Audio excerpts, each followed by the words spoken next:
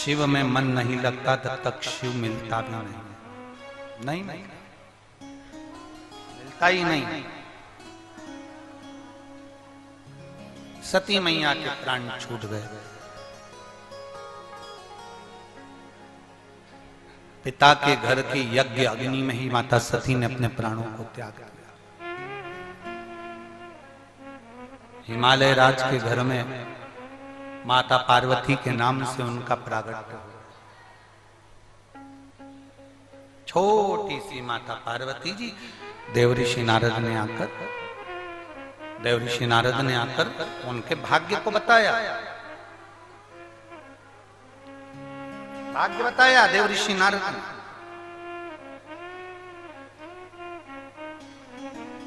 ध्यान आ गया, पार्वती के हृदय में शिव तत्व विराजमान हो गया। अपने छोटे छोटे बच्चों को आप अगर बताओगे कि शंकर के मंदिर जाना चाहिए तो उनके अंदर भक्ति का बीज उत्पन्न होगा।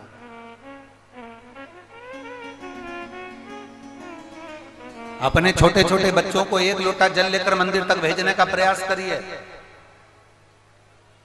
जो मां अपने बच्चों को मंदिर की सीढ़ी चढ़ना सिखा देती है, उस घर के माता पिता कभी वृद्धाश्रम की सीढ़ी नहीं चढ़ते हैं।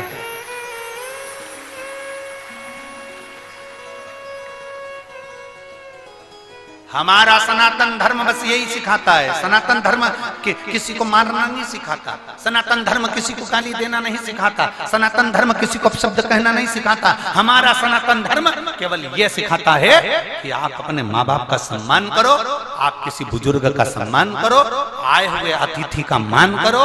अतिथि देवो भव। आप कोई आया तुम्हारे दरवाजे पर, उसको भूखा ना जाए, वो प्यासा ना जाए, उसका सम्मान करो। ये सनातन धर्म। और लोग बात कहते हैं तुम्हारा सनातन धर्म ऐसा, तुम्हारा सनातन धर्म ऐसा। ना ना ना, सनातन धर्म गाली देना नहीं सिखाता। सनातन धर्म अपशब्द कहना नहीं सिखाता। सनातन धर्म किसी को अपशब्द का तीर फेंकना नहीं सिखाता। सनातन धर्म सबको जोड़कर भगवत भजन की ओर लगाना सिखाता।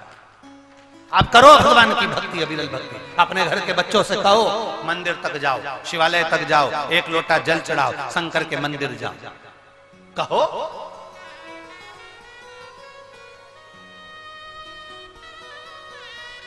एक माता पिता ने अपने छोटे से बच्चे से कहा, सुन आज गुरुजी आएंगे, प्रणाम करना हो, गुरुजी को नमन करना हो। बच्चे ने कहा हो। गुरुजी आ गए, सोफे पे बैठ गए।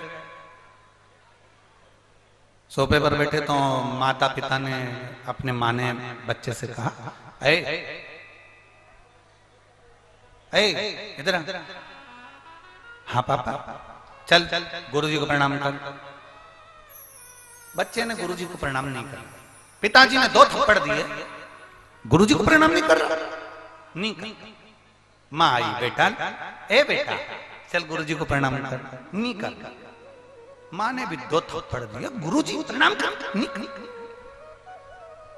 पिताजी ने भी धो दिया, माताजी ने भी धो दिया। बच्चा रोने लगा। गुरुजी बोले, काहे को मार रहे हो? प्रणाम नहीं कर रहा। गुरुजी बोले, वो नहीं कर रहा तो क्या हुआ, तुम दोनों तो करो,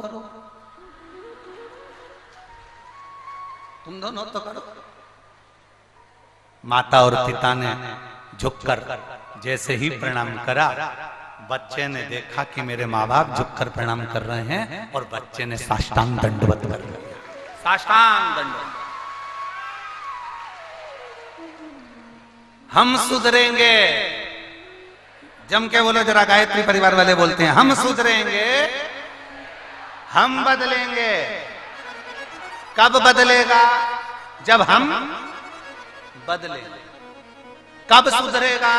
जब हम सुधरेंगे। हम बदल ही नहीं रहे, हम झुकना जान नहीं रहे। पार्वती मैया ने बाल्यावस्था से शिव जी की भक्ति करी, भगवान शंकर का स्मरण करा। शिव भक्ति में माता पार्वती मैया डूब गई, और आखिरी में भगवान शंकर के साथ में माता पार्वती जी का सुंदर मंगल विवाह पक्का हो गया। शिव दूल्हा, पार्वती मां दुल्हन बनी।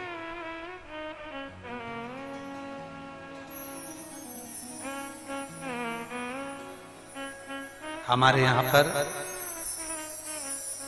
मालवा में, मध्य प्रदेश में दूल्हे को बना कहते हैं और दुल्हन को बनी कहते हैं।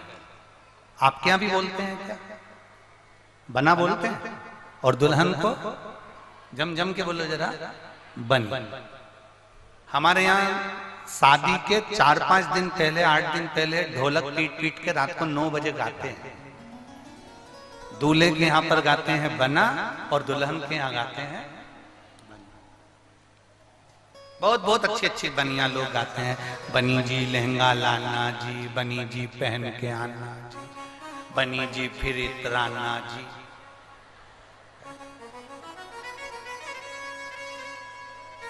तो बहुत बहुत स्मरण है, बहुत बहुत ध्यान है उसको।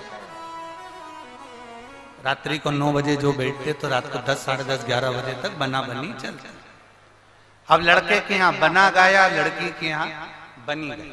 बना इसलिए गाया जाता है बना जी बना जी। बना जी का मतलब होता है बना के चलना जी, और बनी का मतलब होता है जरा जरा सी बात में झगड़ा कर कर मायके मत आना, वहीं बनी रहना। इसलिए बनी जी बनी जी बनी जी, बनी रहना। और दोनों में नहीं बनी तो काय का बना और काय की बनी। भाई दोनों में बनना भी तो चाहिए, तो दोनों में प्रीत होना चाहिए। प्रीत, पर प्रीत का तो जाने दो, बहुत विचित्र जमाना आ गया जी, बहुत विचित्र है।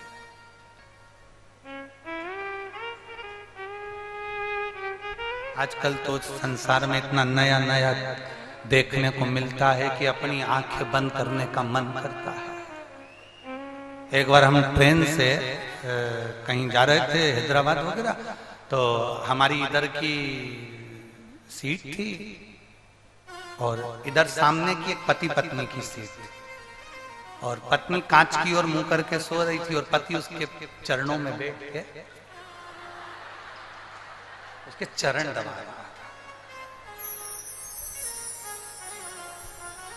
अब उनको तो रत्ती भर शर्म ना आई और हम अपने आप में डूब के मरने की सोच।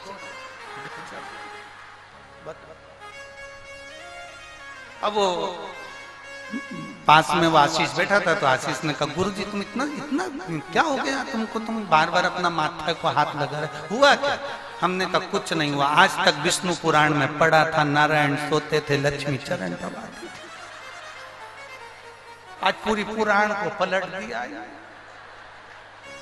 पूरी पुराण उल्टी कर दी, लक्ष्मी सो रही है।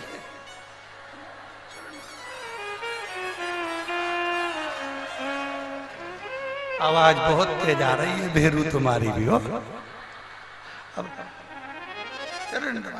अब हम बैठे थे इधर, तो हमने इशारे में, उस पति ने हमको देखा तो हमने भी इशारे में कहा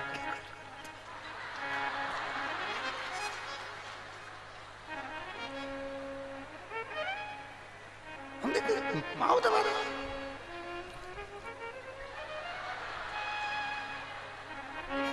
इतने में पति इशारा करके बोला गले तक तो पहुंच ही नहीं सकता, चटनी बना देगी।